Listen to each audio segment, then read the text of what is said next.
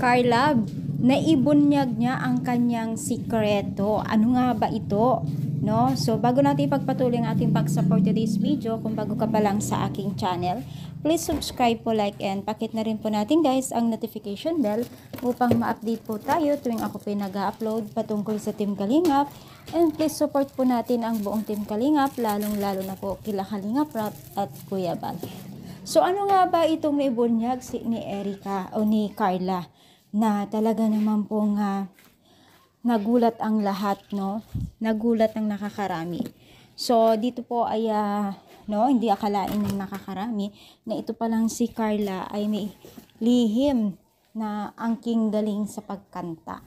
So, napakadami pong na-amaze po sa kanyang boses, lalo na nung kumanta po siya sa video okay. And then, syempre, nung nag-duet sila ni Jomar. So, talaga naman po pinili po at talagang sinunod ng mag-love team, ang Team Kalingap, ang pag-duet nung na-request nila.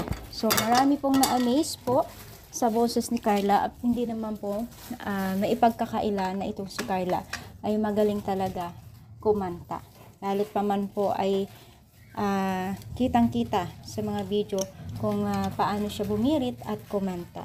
Sana ipagpatuloy ni Carla at naging enhance na rin po ang kanyang pagiging isang hindi mahiyain sa pagkanta at sa harap ng camera. Sa ano ang inyong palagay?